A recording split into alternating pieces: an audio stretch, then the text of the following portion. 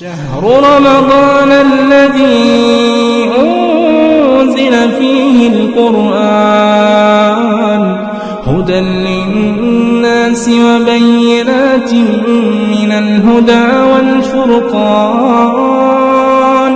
فمن شهد منكم الشهر فليصمه ومن كان مريضا أو على سفر فعدة من أيام أخر يريد الله بكم اليسر ولا يريد بكم العسر ولتكملوا العدة ولتكبروا الله على ما هداكم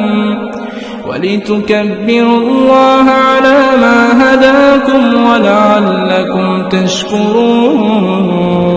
السلام علیکم ورحمۃ اللہ وبرکاتہ. میں امید کرتی ہوں آپ سب ایمان اور صحت کی بہترین حالتوں میں ہوں گے انشاءاللہ تعالی. نحمدہ ونصلی علی رسولہ الکریم. اما بعد فاعوذ باللہ من الشیطان الرجیم. بسم اللہ الرحمن الرحیم. رب اشرح لی صدری ویسر لی امری واحلل عقدۃ من لسانی یفقہوا قولی. اللہم فقہنا فی الدین آمین. آج ہم دیکھتے ہیں فضل لیلۃ القدر، لیلۃ القدر کی فضیلت اور اس کے مسائل. پہلا مسئلہ دیکھتے ہیں. لیلۃ القدر میں عبادت گزشتہ گناہوں کی مغفرت کا باعث ہے. اس کی ہم دلیل دیکھتے ہیں. حضرت ابو ہریرہ رضی اللہ عنہ سے روایت ہے کہ نبی اکرم صلی اللہ علیہ وسلم نے فرمایا، جس نے لیلۃ القدر میں ایمان کے ساتھ ثواب کی نیت سے قیام کیا اس کے گزشتہ گناہ معاف کر دیے جاتے ہیں. اسے بخاری اور مسلم نے روایت کیا ہے. لیلۃ القدر کی سعادت سے محروم رہنے والا بہت ہی بد نصیب ہے. اس کی ہم دلیل دیکھتے ہیں. حضرت انس بن مالک رضی اللہ عنہ سے روایت ہے کہ رمضان آیا تو رسول اللہ صلی اللہ علیہ وسلم نے فرمایا، یہ جو مہینہ تم پر آیا ہے اس میں ایک رات ایسی ہے جو قدر و منزلت کے اعتبار سے 1000 مہینوں سے بہتر ہے. جو شخص اس کی سعادت حاصل کرنے سے محروم رہا وہ ہر بھلائی سے محروم رہا. نیز فرمایا، لیلۃ القدر کی سعادت سے صرف بد نصیب ہی محروم کیا جاتا ہے. اسے ابن ماجہ نے روایت کیا ہے. لیلۃ القدر رمضان کے آخری عشرے کی طاق راتوں میں تلاش کرنی چاہیے. اس کی ہم دلیل دیکھتے ہیں. حضرت عائشہ رضی اللہ عنہا سے روایت ہے کہ رسول اللہ صلی اللہ علیہ وسلم نے فرمایا، رمضان کے آخری عشرے 10 دن کی طاق راتوں میں لیلۃ القدر کی تلاش کرو. اسے بخاری نے روایت کیا ہے. یعنی کہ آخری عشرے کی طاق راتوں سے مراد ہے جو آخری عشرہ 10 دن جو ہوتے ہیں ان میں سے جو ہے آپ طاق راتیں 21ویں ہو گئی، 23ویں ہو گئی، 25ویں، 27ویں، 29ویں، ان 5 راتوں میں آپ جو ہے طاق رات کو تلاش کرو. کیونکہ ایک ہمیں فکس نہیں کرنی چاہیے. کچھ لوگ فکس کر لیتے ہیں کہ 27ویں ہے، تو ایسا نہیں ہے کیونکہ ہمیں اس بارے میں نہیں بتایا گیا کہ طاق رات کون سی ہوگی. تو اس میں ہمیں یہ بتایا گیا، نبی اکرم صلی اللہ علیہ وسلم سے یہ پتہ چلتا ہے کہ ان طاق راتوں میں ہمیں لیلۃ القدر کی جو رات ہے اس کو تلاش کرنا چاہیے. تو انہی میں سے کوئی ایک ہو سکتی ہے. ہر سال کوئی 21ویں ہو سکتی ہے، کبھی 27ویں ہو سکتی ہے، کبھی 29ویں ہو سکتی ہے. تو ہمیں نہیں پتا یہ کون سی ہوگی. تو ہمیں کوشش یہی کرنی چاہیے کہ آخری عشرہ ہے 10 راتیں ہمیں 10 راتوں میں عبادت کرنی چاہیے. اور اگر کوئی 10 راتیں عبادت نہیں کر سکتا تو پھر وہ یہ کرے کہ جو 5 راتیں ہیں طاق راتیں وہ اس میں پھر وہ جاگے اور عبادت کرے. علماء کہتے ہیں یہ طاق راتوں میں گھومتی ہے، فکس نہیں ہے. انسان بہت کوشش کرے تلاش کرنے کی اس کو. ٹھیک ہے. اب ہم اگلا مسئلہ دیکھتے ہیں. رمضان کے آخری عشرے میں بہت زیادہ عبادت کرنی چاہیے. رمضان کے آخری عشرے میں اپنے اہل و عیال کو عبادت کے لیے خصوصی ترغیب دلانا مسنون ہے. اس کی ہم دلیل دیکھتے ہیں. حضرت عائشہ رضی اللہ عنہا فرماتی ہیں، رمضان کے آخری عشرے میں نبی اکرم صلی اللہ علیہ وسلم باقی دنوں کی نسبت عبادت میں زیادہ کوشش فرماتے تھے. اسے ابن ماجہ نے روایت کیا ہے. ایک اور دلیل دیکھتے ہیں. حضرت عائشہ رضی اللہ عنہا فرماتی ہیں، جب رمضان کے آخری 10 دن شروع ہوتے تو رسول اللہ صلی اللہ علیہ وسلم عبادت کے لیے کمر بستہ ہو جاتے، راتوں کو جاگتے اور اپنے اہل و عیال کو بھی جگاتے. اسے بخاری اور مسلم نے روایت کیا ہے. آخری عشرے کی تمام راتوں میں جاگنے کی فرصت نہ پانے والوں کے لیے لیلۃ القدر کا بھرپور ثواب حاصل کرنے کے لیے 2 اہم احادیث۔ پہلی دلیل دیکھتے ہیں ہم۔ حضرت ابو ذر رضی اللہ عنہ کہتے ہیں رسول اللہ صلی اللہ علیہ وسلم نے فرمایا، جس نے رمضان میں امام کے واپس ہونے تک امام کے ساتھ قیام کیا یعنی نماز تراویح باجماعت ادا کی، اس کے لیے ساری رات قیام کے ثواب لکھا جائے گا۔ اسے ترمذی نے روایت کیا ہے، اور یہ خالی رمضان کے لیے محدود نہیں ہے، ٹھیک ہے۔ اب ہم دوسری دلیل دیکھتے ہیں۔ حضرت عثمان بن عفان رضی اللہ عنہ کہتے ہیں، میں نے رسول اللہ صلی اللہ علیہ وسلم کو فرماتے ہوئے سنا، جس نے عشاء کی نماز باجماعت ادا کی اس نے گویا نصف رات قیام کیا، اور جس نے نماز عشاء باجماعت ادا کرنے کے بعد صبح کی نماز باجماعت ادا کی اس نے گویا ساری رات قیام کیا۔ اسے مسلم نے روایت کیا ہے۔ اس حدیث سے ہمیں یہ پتہ چل رہا ہے اس کا بہت اجر ہے کہ جو باجماعت نماز ادا کرتا ہے تو اس کو نصف رات کا قیام کا ثواب ملتا ہے، یعنی کہ جس نے عشاء کی نماز باجماعت ادا کر لی اس کو نصف رات کا قیام کا ثواب ملے گا، اور پھر نماز عشاء کی باجماعت ادا کرنے کے بعد پھر اس نے صبح کی نماز بھی اگر باجماعت ادا کی تو اس نے گویا پھر ساری رات کا قیام کیا، اور یہ اجر رمضان اور غیر رمضان دونوں کے لیے ہے۔ سبحان اللہ۔ فجر اور عشاء جماعت سے پڑھ لیں۔ اب دیکھیں کہ یہ وہ نیکیاں ہیں جو ہر دن ہو سکتی ہیں۔ جماعت کی نماز بندے کی عام عبادت کو پوری رات کی عبادت بناتی ہے۔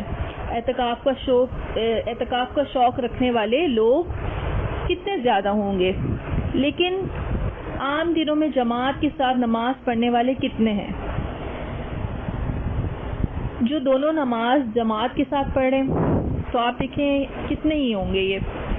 تو اگر اسی طرح دیکھا جائے ہر رات کو انسان اپنے لیے اجر لے سکتا ہے۔ فجر اور عشاء جماعت سے پڑھ کر، اور عورتیں بھی اہتمام کر سکتی ہیں گھر میں پڑھ کر، تو عورتیں بھی گھر میں کیا کریں، 2 خواتین کو لے لیں، مل کر پڑھ لیں، بچوں کو ساتھ ملا کر پڑھ لیں، نیت ہی کر لیں اگر کوئی میرا مطلب یعنی کہ یہ نیت کر لیں کہ اگر میرے ساتھ کوئی ہوتا تو میں جماعت سے پڑھتی، تو انشاءاللہ اللہ کی ذات سے امید ہے کہ وہ اس پر بھی اجر دے گا انشاءاللہ۔ اب ہم ایک اور مسئلہ دیکھتے ہیں۔ رمضان المبارک میں رسول اللہ صلی اللہ علیہ وسلم کثرت سے تلاوت قرآن اور انفاق فی سبیل اللہ فرمایا کرتے تھے۔ اس کی ہم دلیل دیکھتے ہیں۔ حضرت عبداللہ بن عباس رضی اللہ عنہما فرماتے ہیں رسول اللہ صلی اللہ علیہ وسلم لوگوں کے ساتھ بھلائی کرنے میں بہت سخی تھے، یعنی سخاوت والا معاملہ کرتے تھے، لیکن رمضان میں جب حضرت جبرائیل علیہ السلام آپ سے ملتے تو آپ اور بھی زیادہ سخی ہو جاتے۔ رمضان میں حضرت جبرائیل علیہ السلام ہر رات آپ صلی اللہ علیہ وسلم سے ملا کرتے، اور نبی اکرم صلی اللہ علیہ وسلم رمضان گزرنے تک انہیں قرآن مجید سناتے۔ جب جبرائیل علیہ السلام آپ سے ملتے تو آپ کی سخاوت تیز ہواؤں سے بھی زیادہ بڑھ جاتی۔ اسے بخاری اور مسلم نے روایت کیا ہے۔ یعنی اس سے پتہ چل رہا ہے کہ کوئی گھر آپ کی سخاوت سے محروم نہیں رہتا تھا، اور یہاں پر ہواؤں کے ساتھ تشبیہ دی جا رہی ہے۔ کیوں؟ اس نعمت کے اظہار پر کہ اللہ کا فرشتہ میرے پاس آتا ہے اور میں اس کو قرآن سناتا ہوں۔ اس پر تو مفسرین نے تو بہت بات کی ہے۔ بعض کہتے ہیں اللہ کے نبی کی سخاوت آپ کا علم بانٹنے کی تھی کہ جو قرآن آپ کو ملتا تو پھر آپ لوگوں کے ساتھ شیئر کرتے، یعنی صرف مال ہی نہیں دیا جاتا، جو بھی نعمت آپ کو اللہ تعالیٰ دیں وہ بھی آپ اللہ کے راستے میں دے سکتے ہیں، اور اللہ تعالیٰ ہمیں اس کی توفیق عطا فرمائے، آمین۔ اب ہم ایک اور مسئلہ دیکھتے ہیں۔ لیلۃ القدر میں یہ دعا پڑھنی مسنون ہے۔ دلیل دیکھتے ہیں۔ حضرت عائشہ رضی اللہ عنہا سے روایت ہے، میں نے پوچھا یا رسول اللہ صلی اللہ علیہ وسلم اگر میں شب قدر پالوں تو کون سی دعا پڑھوں؟ نبی اکرم صلی اللہ علیہ وسلم نے فرمایا کہو۔ کون سی دعا ہے وہ؟ اللہم انک عفو تحب العفو فاعف عنی۔ دعا کو میں ریپیٹ کر رہی ہوں، اللہم انک عفو تحب العفو فاعف عنی، یعنی کہ اے اللہ تو معاف کرنے والا ہے، معاف کرنا پسند کرتا ہے، لہٰذا مجھے معاف فرما۔ اسے ترمذی نے روایت کیا ہے۔ تو یہاں دیکھیں حضرت عائشہ رضی اللہ عنہا نے کیا مانگا، صرف معافی مانگی ہے۔ ہم ہوتے تو کیا کہتے؟ حضرت عائشہ رضی اللہ عنہا کو دیکھیں اولاد کی نعمت سے محروم تھی، اللہ کے نبی نے یہ نہیں کہا کہ عائشہ بیٹا مانگ لے۔ ہماری عموماً دعائیں کیا ہوتی ہیں بیٹوں کے لیے، یعنی کہ بیٹے پیدا ہوں، یا پھر بیٹیوں کے لیے کہ ان کے رشتے اچھے آ جائیں، یا پھر بیٹوں کے لیے جاب کے لیے ہم دعائیں کرتے رہتے ہیں، اور یا پھر بچوں کی دعائیں کرتے رہتے ہیں، اسی میں ہم کھو جاتے ہیں۔ اب اس حدیث میں بتایا جا رہا ہے طاق رات ہے، لیلۃ القدر کی رات ہے، جس کی ایک رات کی عبادت 1000 راتوں سے بہتر ہے۔ اس کے لیے کہا جا رہا ہے آپ اللہ تعالیٰ سے بخشش مانگیں، کیونکہ جس کے گناہ معاف ہو گئے نا، اسے دنیا کی نعمتیں بھی مل جائیں گی۔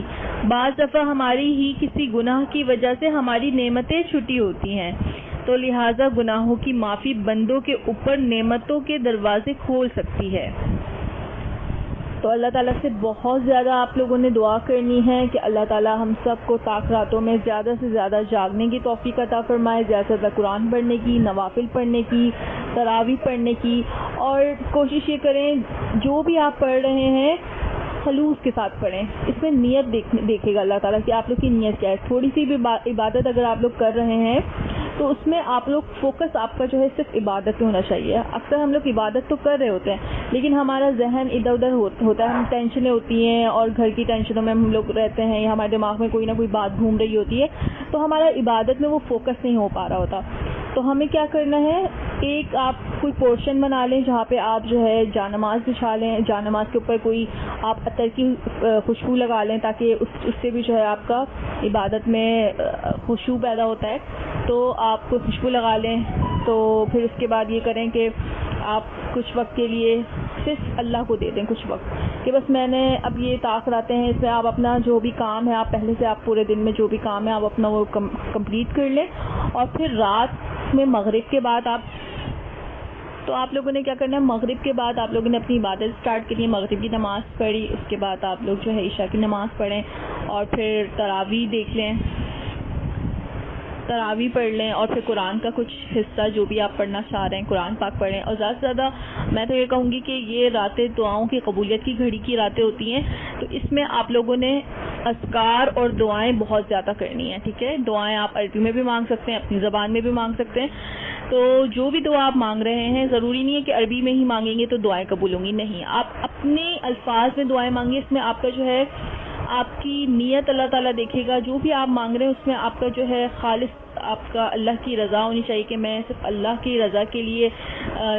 عبادت کر رہی ہوں، اور جو بھی آپ مانگ رہے ہیں تو وہ پھر دل سے مانگیں، ٹھیک ہے، کیونکہ اللہ تعالیٰ دلوں کا حال جانتا ہے۔ ہم یہ نہیں کہہ سکتے کہ ہم صرف عربی میں مانگیں گے تو اللہ تعالیٰ قبول کرے گا، نہیں، اگر کسی کی زبان پنجابی ہے، کسی کی زبان سندھی ہے، کسی کی زبان اردو ہے، تو وہ اسی زبان میں اللہ تعالیٰ سے دعا مانگے، کیونکہ اللہ تعالیٰ تو شہرک سے بھی زیادہ قریب ہے، اور اللہ تعالیٰ ہر دعا سنتا ہے، اور ہمیں دعا اللہ تعالیٰ سے خود ڈائریکٹ مانگنی چاہیے، کسی کے وسیلے سے نہیں مانگنی چاہیے، کیونکہ اللہ تعالیٰ قرآن میں فرماتا ہے کہ اے نبی صلی اللہ علیہ وسلم میرے بندوں سے کہہ دیجئے کہ وہ مجھے پکاریں اور میں ان کی پکار کا جواب دیتا ہوں، میں ان کی پکار کو سنتا ہوں، تو مجھ سے ہی وہ دعا مانگے اور میں ان کی دعاؤں کو قبول کروں گا۔ تو ہمیں کوئی وسیلہ نہیں بنانا، ہمیں ڈائریکٹ اللہ تعالیٰ سے دعا مانگنی ہے، اور اللہ تعالیٰ سے دعا مانگیں اور عبادت میں زیادہ سے زیادہ دل لگائیں۔ اللہ تعالیٰ ہماری دعاؤں کو قبول فرمائے انشاءاللہ۔ اب میں آپ لوگوں سے کچھ سوالوں کو ڈسکس کرتی ہوں۔ پہلا سوال ہے، کچھ لوگ کوشچن کرتے ہیں کہ پیریڈز والی خاتون آخری 10 دنوں میں طاق راتوں میں کیسے نیکی کریں؟ تو اس کا جواب ہے، اس میں پہلی بات تو یہ ہے نماز نہیں پڑھ سکتی، روزہ نہیں رکھ سکتی، اس کے علاوہ جو کام کر سکتی ہیں وہ کریں گی۔ حضرت عائشہ رضی اللہ عنہ ایک دفعہ حج کے موقع پر تھی، آپ کو پیریڈز ہو گئے تو وہ رونے لگی، تو اللہ کے نبی نے یہی کہا تھا کہ طواف اور نماز کے علاوہ باقی سب کام کرو۔ تو عورت ذکر اذکار کر سکتی ہے، قرآن پاک کی تلاوت کر سکتی ہے، قرآن کو بغیر چھوئے یا گلفز پہن کر کوئی بک پڑھی جا سکتی ہے، آپ سیرت پڑھ سکتی ہیں، آپ کوئی اور بھی نیکی کا کام کر سکتے ہیں. ہر ایک نیکی کا کام کیا جا سکتا ہے, صرف نماز نہیں ہے بلکہ اور بھی نیکی کے بہت سے موقع مل جاتے ہیں جو عام دنوں میں نہیں ہیں. لیکن یہ سوچ کے سوتے رہنا کہ میری نماز چھوٹ گئی ہے تو یہ ٹھیک نہیں ہے. اب دوسرا سوال یہ پوچھا جاتا ہے کہ لیلۃ القدر کیسے پتہ چلتا ہے کہ پا لی ہے؟ تو اس کے جواب پہلی بات تو یہ ہے, موقع پا لیا ہے نا اگر آپ نے طاق راتوں میں عبادت کرنے کا, تو انشاءاللہ تعالی وہ پانا ہی ہو گیا. دوسری بات, اگر اللہ تعالیٰ چاہے تو کسی کو نشانیاں دکھا سکتا ہے. کچھ صحیح روایات سے اس کی نشانیاں ملتی ہیں. مثلاً یہ رات ٹھنڈی ہوتی ہے, پھر اس رات کتے نہیں بھونکتے کیونکہ اس رات فرشتے اترتے ہیں. پھر اسی طرح آپ دیکھیں سورج جو نکلتا ہے اس میں کرنیں نہیں ہوتی, اور اس کی بھی حکمت بتائی جاتی ہے کہ اتنے فرشتے اترتے ہیں زمین میں کہ ان کے اور سورج کے بیچ میں بیریئرز آ جاتا ہے. باقی دل جانتا ہے, اللہ کو پتہ ہے, دل آپ کو بتا دیتا ہے. آپ اپنا کام کریں, ہر رات جاگ لیں آخری 10 راتوں میں, پھر جو بھی طاق رات ہوگی انشاءاللہ وہ آپ کو مل جائے گی اللہ نے چاہا تو. اگر کوئی 10 رات نہیں جاگ سکتا تو طاق راتیں یعنی کہ 21, 23, 25, 27, 29 کو لازمی جاگے, انہی میں طاق رات گھومتی ہے. اب ایک اور سوال ہے, لیلۃ القدر کو پانے کے لیے پوری رات جاگنا ہوتا ہے؟ تو اس کا جواب ہے, دیکھیں پوری رات جاگنا اسلام میں ہے ہی نہیں, کیونکہ یہ انسان کی فطرت کے خلاف ہے. پوری رات نہیں جاگنا ہوتا. مسنون طریقہ یہ ہے, آپ فرض پڑھیں جماعت کے ساتھ, 2 سنت پڑھ لیں, پھر تراویح کی 8 رکعتیں ہوتی ہیں تو آپ پھر 4 تراویح پڑھ لیں یا 2 پڑھ لیں, جتنا آپ کا دل چاہتا ہے, جتنا آپ کی استطاعت ہے آپ اس میں پھر آپ پڑھ لیں. اس کے بعد آپ کچھ وقت یعنی کچھ گھنٹے سو جائیں, اور یہ نیت کر کے سوئیں کہ آخری حصے میں جاگ سکوں. انشاءاللہ سونا بھی عبادت ہے. پھر آخری حصے میں اٹھ جائیں 1 بجے 2 بجے, پھر اس میں باقی کی جو چھٹی ہوئی تراویح ہیں ان کو لمبا کر کے پڑھیں. اور جو لوگ یہ 100 نفل پڑھنا اور پوری رات جو ہے نفل پڑھنا, ہمارے ہاں تو بڑا معروف سمجھا جاتا ہے, لیکن یہ مسنون نہیں ہے. آپ پھر اٹھیں, قرآن کھول لیں, آپ نیت کر سکتے ہیں آخری 10 دنوں میں کہ میں قرآن پڑھوں گی. 3 سپارے بنتے ہیں, اگر آپ رات میں 2-2.5 گھنٹے بھی گزارتے ہیں تو اس میں آپ پھر کثرت سے قرآن پڑھیں. قرآن کچھ تراویح میں بھی آپ پڑھ سکتے ہیں, بیٹھ کر پڑھ لیں, یا ویسے بھی آپ نارمل پڑھ سکتے ہیں, جو آپ کو سہولت لگے اس طریقے سے آپ پڑھیں, تو انشاءاللہ اس کی رخصت ہے. ایک اور سوال ہے, کیا ذکر کرنے کے لیے وضو ضروری ہے؟ تو دیکھیے یہ تو ایسا ہو گیا جس کو اللہ تعالیٰ کو یاد کرنا ہے, یعنی کہ اگر آپ فار ایگزامپل آپ جیسے اگر آپ کسی کو یاد کرتی ہیں تو آپ کہیں ٹھہر جائے میں وضو کر کے آتی ہوں, تو ایسا نہیں ہے. اور پیریڈس میں بھی ایسا نہیں, اس میں تو وضو کا حکم ویسے بھی نہیں رہتا. آپ کر بھی لیں گے تو آپ اسی حال میں ہیں جیسے نہیں تھے, ٹھیک ہے. تو بغیر وضو کے بھی جو ہے آپ ذکر اذکار کر سکتے ہیں. اللہ کو یاد کرنے کے لیے وضو کرنا ضروری نہیں ہے. ہاں نماز کے لیے شرط ہے کہ نماز وضو کے بغیر نہیں ہو سکتی. تو آج ہم انشاءاللہ یہیں تک کرتے ہیں. اللہ تعالیٰ ہم سب کو توفیق عطا فرمائے کہ ہم لیلۃ القدر کی رات کو پانے کی توفیق دے, اور ہم زیادہ سے زیادہ عبادت کر سکیں, زیادہ سے زیادہ جاگ سکیں, اور اللہ تعالیٰ ہماری چھوٹی موٹی بھول چوک کو معاف فرمائے اور ہماری عبادتوں کو قبول فرمائے. آمین. السلام علیکم ورحمۃ اللہ وبرکاتہ.